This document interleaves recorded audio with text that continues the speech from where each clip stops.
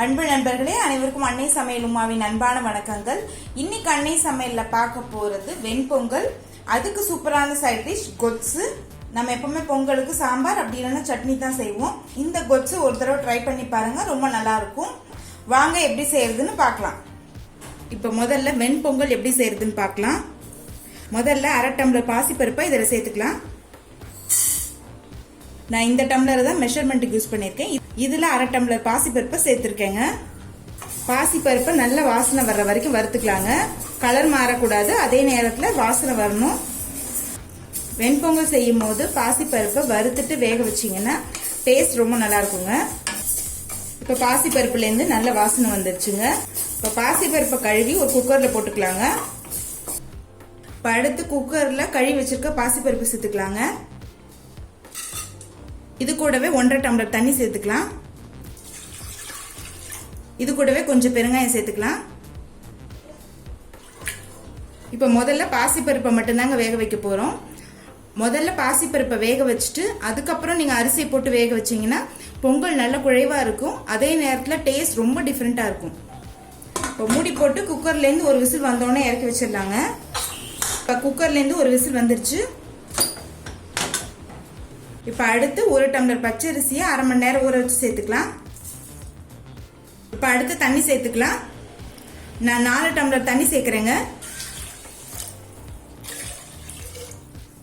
பாசிப்பருப்பு கூட 1 டம்ளர் தண்ணி இருக்கும், அதனால 4 டம்ளர் தண்ணி சேர்க்கிறேன். மொத்தம் 5 டம்ளர் தண்ணி.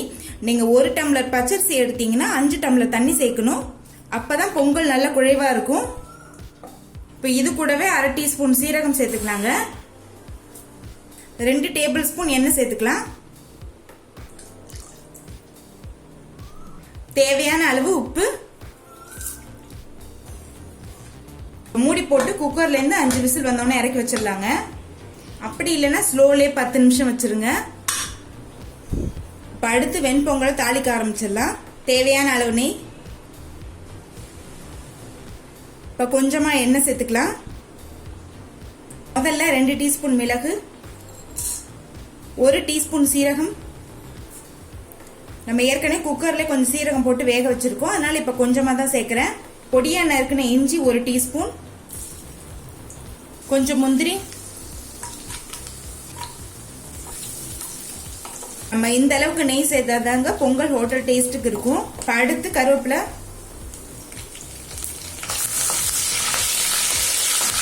இப்ப ஸ்டவ் ஆஃப் பண்ணிட்டு கொஞ்சமா பெருங்காயம் சேர்த்துக்கலாங்க.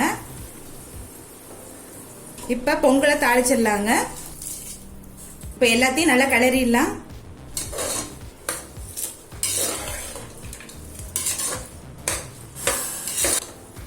பொங்கல் பார்த்தீங்கன்னா இந்த கன்சிஸ்டன்சில இருக்கும். அப்பதான் நம்ம அரை மணி நேரம் கழிச்சு சாப்பிட்டா கூட நல்லா குழைவாவே இருக்கும். வெண்பொங்கல் ரெடி ஆயிடுச்சு. அடுத்து கொட்ஸ் எப்படி செய்யறதுன்னு பார்க்கலாம். முதல்ல குக்கர்ல 1/4 கப் பாசிப்பருப்பு சேர்த்துக்கலாம். பாசிப்பருப்பை 20 நிமிஷம் ஊற வச்சு சேருங்க. அடுத்து ஒரு கேரட் சேர்த்துக்கலாம். அடுத்து 4 கத்திரிக்காய் சேர்த்துக்கலாம். அடுத்து ஒரு உருளைக்கிழங்கு சேர்த்துக்கலாம். மஞ்சத்தூள் சேர்த்துக்கலாம். கொஞ்சம் உப்பு, தேவையான அளவு தண்ணி.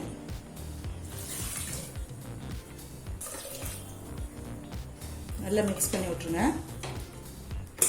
இப்ப மூடி போட்டு குக்கர்ல இருந்து 2 விசில் வந்தோடனே இறக்கி வச்சிடலாங்க. இப்ப குக்கர்ல இருந்து 3 விசில் வந்துருச்சுங்க. பாசிப்பருப்பு மற்ற காய்கறியும் நல்லா வெந்துருச்சு. இப்ப இதை எடுத்து தனியா வச்சுக்கலாம். முதல்ல கடாயில தேவையான அளவு எண்ணெய், அரை டீஸ்பூன் கடுகு, அரை டீஸ்பூன் உளுந்து, அரை டீஸ்பூன் சீரகம். இது கூடவே கொஞ்சம் பெருங்காயம் சேர்த்துக்கலாம். கொஞ்சம் கருவேப்பிலை சேர்த்துக்கலாம். இப்ப அடுத்தது ஒரு பெரிய வெங்காயம் சேர்த்துக்கலாங்க.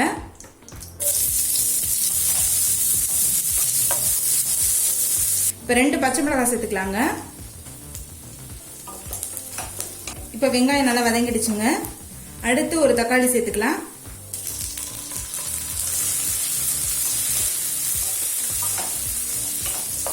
இப்ப கொஞ்சமா உப்பு சேர்த்துக்கலாம். நம்ம ஏற்கனவே குக்கர்ல பாதி உப்பு போட்டிருக்கோம், அதனால இப்ப கொஞ்சம் தான் சேர்க்கிறேன். இப்ப தக்காளி நல்லா வதங்கிடுச்சுங்க. 1 டீஸ்பூன் மிளகாய் தூள் சேர்த்துக்கலாங்க. இல்ல சாம்பார் பொடி சேர்த்தீங்கன்னா சாம்பார் மாதிரி ஆயிடுங்க. அதனால வெறும் மிளகாத்தூள் மட்டும் சேர்த்தா போதும். இப்போ மிளகாத்தூள் வாசனை போக 1 நிமிஷம் வரைக்கும் நல்லா வதக்கியாச்சு. இப்போ அடுத்து வேக வச்ச பாசிப்பருப்பு காய்கறியும் சேர்த்துக்கலாங்க. நல்லா மிக்ஸ் பண்ணி விட்டுருங்க. இப்போ மூடி போட்டு ஒரு 2 நிமிஷம் ஸ்லோலே வச்சிடலாம். இப்போ 2 நிமிஷம் ஆயிடுச்சுங்க. இப்போ 2 டேபிள் ஸ்பூன் புளி கரைசல் சேர்த்துக்கலாங்க. இப்போ புளி சேர்த்துட்டு 1 நிமிஷம் ஸ்லோலே இருக்கட்டுங்க. கொத்து பார்த்தீங்கன்னா திக்காவும் இருக்கக்கூடாது, தண்ணியாகவும் இருக்கக்கூடாதுங்க. இந்த கன்சிஸ்டன்சியில் இருக்கணும். இந்த கொத்து பார்த்தீங்கன்னா பொங்கலுக்கு மட்டும் இல்லை, இட்லி தோசைக்கும் ரொம்ப நல்லா இருக்குங்க. இப்போ புளி சேர்த்துட்டு 1 நிமிஷம் ஆயிடுச்சுங்க. கொஞ்சம் கொத்தமல்லி சேர்த்துக்கலாங்க. இப்போ கொத்து ரெடி ஆயிடுச்சுங்க. நம்ம வெண்பொங்கலோட சர்வ் பண்ணிடலாம். இப்போ சுவையான வெண்பொங்கல் ரெடி ஆயிடுச்சுங்க. அதுக்கு சூப்பரான சைட் டிஷ் கொத்தும் ரெடி ஆயிடுச்சு. வெண்பொங்கலையும் கொச்சையும் ட்ரை பண்ணி பாருங்க, கண்டிப்பா உங்களுக்கே பிடிக்கும். ரெசிபி பிடிச்சிருந்ததுன்னா வீடியோவை லைக் பண்ணுங்க, கமெண்ட் பண்ணுங்க, ஷேர் பண்ணுங்க. இது வரைக்கும் அன்னை சமையல் சேனலை சப்ஸ்கிரைப் பண்ணலன்னா சப்ஸ்கிரைப் பண்ணுங்க. தேங்க்யூ.